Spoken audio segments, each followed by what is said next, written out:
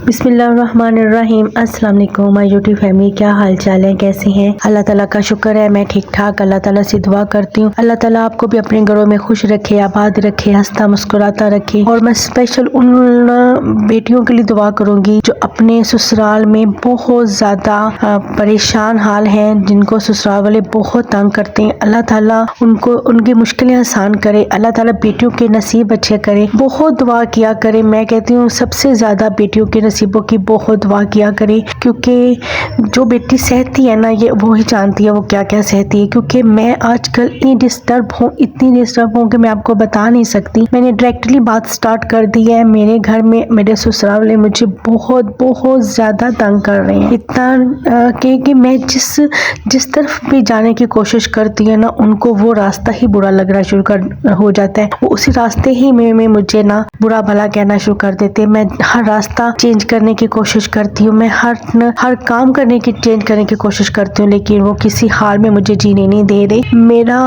मैं क्या बताऊँ, बस मेरे अब्बू कहा करते थे कि बेटियों से डर नहीं लगता, बेटियों के नसीब से डर लगते हैं। तो बेटियों के नसीबों के लिए बहुत दुआ किया करे, और दुआ किया करे जो उनके जीवन साथी हो ना, उनको वो बहुत केयरिंग हो, वो बहुत लविंग हो, वो साथ देने वाले हो, इज्जत करने वाले हो। जो हस्बैंड अपनी बीवी का साथ नहीं देता या उसको मुश्किल में छोड़ देता है ना, तो मैं कहती हूँ उस का दर्द मैं बहुत अच्छी तरह समझ सकती हूँ। उस औरत का मैं दर्द बहुत अच्छी तरह समझ सकती हूँ, क्योंकि मैंने ये सब कुछ झेल लिया है। क्या कहूँ मैं यहाँ पे इनको, मैं कहती हूँ इनको डर क्यों नहीं लगता, अल्लाह ताला से डर क्यों नहीं लगता कि हम किसी के साथ बुरा कर रहे हैं, मिसबिहेव कर रहे हैं, तो क्या अल्लाह हमसे पूछेगा नहीं? इनको जरा सा खौफे खुदा नहीं आता? क्या अल्लाह ताला ने इनको बेटियां नहीं दी हैं? क्या जब ये उनके साथ ऐसा कोई करेगा तो फिर इनको पता चलेगा, या उनके साथ कोई ऐसी गलत हरकतें होंगी, ऐसी बातें होंगी, तो फिर इनको उस तकलीफ का एहसास होगा जो ये किसी को तकलीफ देती हैं। और मैंने बहुत सालों से, मेरे साथ तो ये है कि एक मुझे छोड़ता है, दूसरा मुझे पकड़ लेते हैं, कभी कोई मेरे साथ हो जाता है, कभी कोई हो जाता है। और हस्बैंड है, बस अल्लाह उनको हिदायत दे, मैं उनके लिए और कुछ नहीं कह सकती।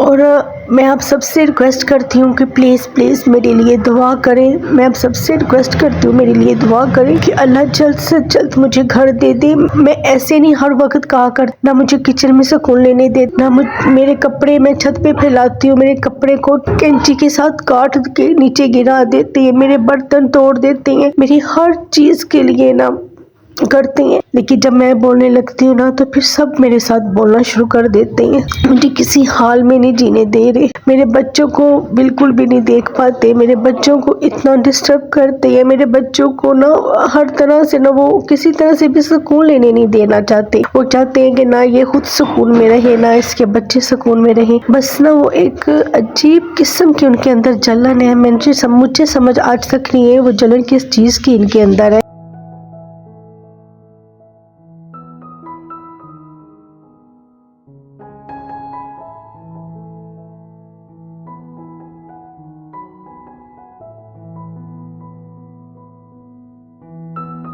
मैं तो थक गई हूँ इनके साथ कॉम्प्रोमाइज़ करके, इनको समझ के मैंने वो रास्ता छोड़ने की कोशिश की जिस रास्ते से ये मुझसे, मतलब कि मेरे साथ कोई लड़ाई करती हैं, लेकिन ये उस रास्ते पे भी मुझे चलने नहीं देते। मैं अगर टाइमिंग चेंज करती हूँ, मैं किसी भी चीज़ की टाइमिंग चेंज कर लेती हूँ कि, लेकिन उनको वो उस टाइमिंग से भी प्रॉब्लम होना शुरू हो जाती है। अगर मैं जल्दी कर लूँ तो प्रॉब्लम, अगर मैं लेट करूँ तो प्रॉब्लम। मुझे किचन में खड़ा होना, मुझे घर में, कहते औरत का क्या होता है, औरत का दिल चाहता है एक घर हो, उसमें सुकून हो, उसमें उसके बच्चों के लिए एक अच्छा माहौल हो, एक फ्रेश एयर होनी, फ्रेश दिमाग में बातें होती हैं बच्चों के साथ। लेकिन क्या मैं जब हर वक्त, मैं माँ जब डिस्टर्ब रहेगी 24 घंटे हर वक्त डिस्टर्ब रहेगी, तो वो क्या बच्चों की तरफ ध्यान देती है? वो नहीं दे पाती है। तो मेरी सबसे रिक्वेस्ट है कि प्लीज़ अपने बेटों को कभी भी ये ना बांध दिया करें कि आपने इकट्ठे रहना है, इकट्ठे रह के आपको ने जीना मरना है। नहीं, जीने मरने की कस्में सिर्फ और सिर्फ अल्लाह ताला के साथ ही होती हैं, उसके साथ ही अपना ईमान निभाया जाता है। ये नहीं कि आप सारी उम्र इकट्ठे रह के, तो जो बाकी के लोग जो अच्छे नहीं है, जिनका मिसबिहेव है, उनके साथ रहना क्या आसान काम है? उनके साथ रहना बहुत मुश्किल काम है। उनके साथ ज़िंदगी गुजारना बहुत मुश्किल काम है। उनको हैंडल करना बड़ा मुश्किल काम है। उनको मुझे समझ ही नहीं आती उनके अंदर क्या ऐसी चीज़ होती है, क्या ऐसा एक जिन सा आ जाता है कि वो किसी हाल में किसी इंसान को खुश नहीं होने देता। मैं कहती हूँ कर कैसे लेते हैं? उनको अपनी बेटी नज़र नहीं आती है? किसी के साथ जब करते हैं क्या उनको अपनी बेटी नज़र नहीं आती है? उनको अपनी बेटी नज़र आनी चाहिए। लेकिन क्या है कि ना तो वो कपड़े पहनते देख सकते हैं, ना खाते देख सकते हैं, ना पढ़ते बच्चों को देख सकते हैं, ना किसी जगह पे बच्चों को ग्रूमिंग होते देख सकते हैं। उनके अंदर एक अजीब किस्म की ना हसद जलन, मैं खुदा से जितना भी शुक्र अदा करूँ ना, मुझे आज तक किसी से भी किसी किस्म की जलन हसद नहीं हुई है। मैं जहाँ बैठी होती हूँ, मैं अपने टाइम को पुरसकून होके गुजार रही होती हूँ। कोई क्या कर रहा है, क्या नहीं कर रहा, किचन में क्या करना चाहते हैं, नहीं करना चाहता, किस तरह के हालात हैं। मुझे किसी से भी कोई प्रॉब्लम नहीं है। मुझे इंटरफेयर करना बिल्कुल भी अच्छा नहीं लगता। इंटरफेयर जो करता है ना बंदा, उसकी ज़िंदगी पहले प्रॉब्लम है। और वो जो हस्बैंड को ताने मिलते हैं, फिर खुद तो जो मिसबिहेव करते हैं ना, फिर वो हस्बैंड के बिहेवियर का ताने देती हैं कि तुम्हारा हस्बैंड भी हमारे साथ मिलके तुम्हारे साथ ऐसे हमें तुम्हें जलील करते हैं। क्या ये मेरे लिए है? इसलिए मैं आप सबसे रिक्वेस्ट करती हूँ, मैं बहुत कम बातें आपसे शेयर कर रही हूँ, अभी बहुत कम बातें आपसे शेयर कर रही हूँ। और प्लीज़ मैं आप सबसे रिक्वेस्ट करती हूँ कि ना अपने ससुराल वालों को ना हद में, कभी भी किसी को ना बहुत ज़्यादा उनको ना प्यार करो। उनके साथ इज़्ज़त देने की ज़रूरत नहीं है। हाँ, जो इज़्ज़त के काबिल है उनको इज़्ज़त ज़रूर दें, जो इज़्ज़त के काबिल नहीं है उनको इज़्ज़त मत दें। क्योंकि वो आप कुछ भी कर लो उनके साथ, कुछ भी कर लो, वो आपके साथ नहीं है। वो आपको जीने नहीं देंगे, वो आपको खुश नहीं रहने देंगे, वो आपको किसी हाल में भी नहीं देख पाते हैं।